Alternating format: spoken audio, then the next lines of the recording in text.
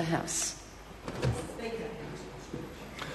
I call the honourable member Lynn Pillay. Thank you, Mr. Speaker. I'm very pleased to stand at the third reading and speak in support of this bill. Indeed, I've spoken several times in the committee stage because I believe it is a very important bill. In starting, I would like to, as I have previously done, acknowledge all the work that was done under Labor with Rick Barker, and also, without wanting to be too negative, just say that it's a pity that it is only now that this bill had come before the House. It was ready and could have been introduced perhaps in the days of action. What was it, the 90 days of action, when the government first came in, and that this would have been... Yeah, it took them 100. Oh, 100. Oh, 100, yeah. Okay, I got muddled with the sacking bill, didn't I? Or sacking, yeah, mixed up with the 90-day Shaft People in Their Work Act. But getting back to this bill, Mr. Speaker, because I know that's very important that we do speak on this bill, we in Labor are very pleased to see this bill before the House.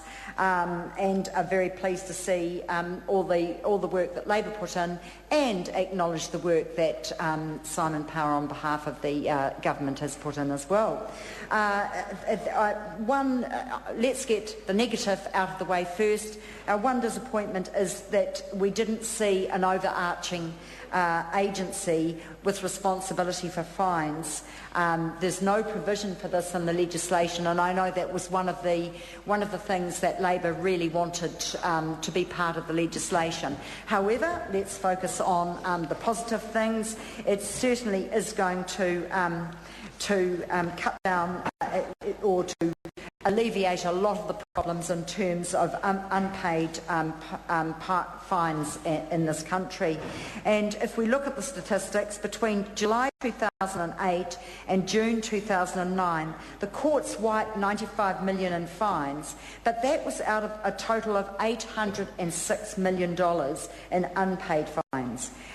So that whilst that amount was wiped, there is still a substantial amount owing, and that is, I mean, that means that all of those people, and I'll talk about the people who do have those fines, a black mark against their name, are not abiding with the law, and we do not support that in our democracy, but also a loss of obviously huge money that could be well spent in other areas such as education, housing, health, which we see sadly lacking under this government, but also a win-win for the people with those fines, if there is an ability to get them off the track of being incurred with debt and onto a track of repaying that debt, then that's a win, not only financially for the country, but a win for that person.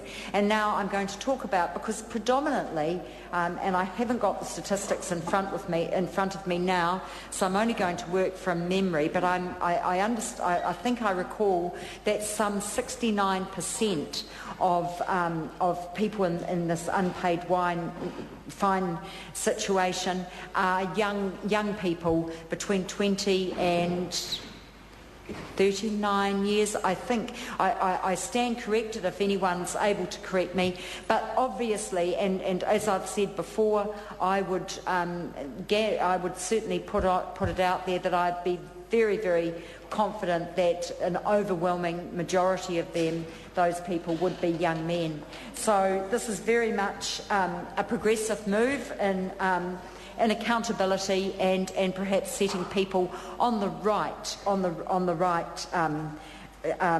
track in their life. And I want to acknowledge, I heard Rick Barker telling a very good example, as Rick Barker's inclined to do. He's quite the raconteur, actually. Telling quite a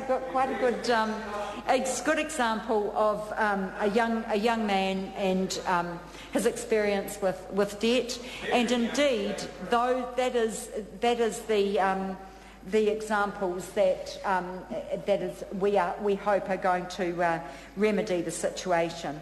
I think that other parts, the waiving of minor infringements, that's a really good move. Warrant of fitness and registrations, it is about compliance, but if it's just a one-off oversight that who amongst us haven't looked at the window and thought, oh, whoops, I've missed the warrant of fitness, no desire at all to break the law, no desire. So to be able to actually waive those minor infringements to ensure that people do comply with the law, but to have the police and the authorities put their efforts into the more important issues like chasing bigger debt and for more serious infringements. So that we see as a very, very, very a very good part of this legislation. Attachment orders. I have spoken, and I won't go through that again, but I know that I, along with other speakers, spoke quite extensively around the attachment orders. But to allow deductions to be paid from wages in order to pay debt is a very, very good thing. At the moment, they can only be imposed after an examination hearing, so a more streamlined ability to get access through deductions is a very, very sensible thing. Also, in terms of that, and I'll just go through the ability for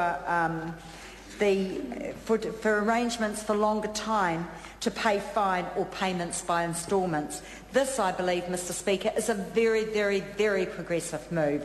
The ability that the court is able to direct, rather than making an order, a registrar to determine whether to enter into an arrangement with the defendant, allowing a greater time to pay that fine or to pay it by instalments. It could be a bit of both. It could be partial payment of some of the fine and then paying by instalments. That is a very sensible arrangement. No point actually saying you must pay the fine now. In fact, we could look at that dreadful situation where people may get into a dreadful arrangement with a loan shark in order to pay their court payment, which there is no benefit at all. Far more sensible, Mr. Speaker, to have an arrangement where people can enter into an arrangement, they get those time payments that are manageable, that are going to be achievable, and can therefore get into the position of being debt-free on that. So certainly that's something that I personally find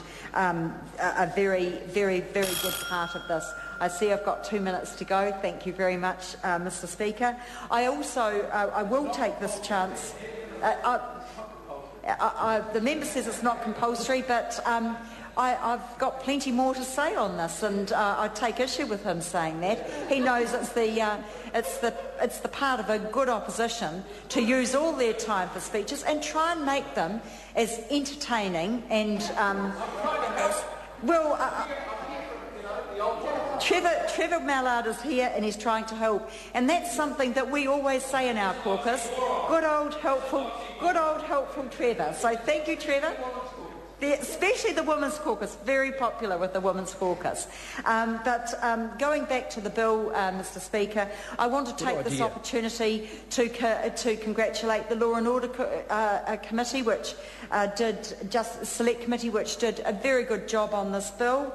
I think it might have been under the chairpersonship of Sandra Gowdy, so that in itself is quite an achievement, isn't it? But I wouldn't possibly comment on that. But and also I want to take this opportunity to congratulate the staff and the officials on the Select Committee. Whilst I wasn't a member, I know that I wasn't a member of the Law and Order Select Committee because one can't be everywhere.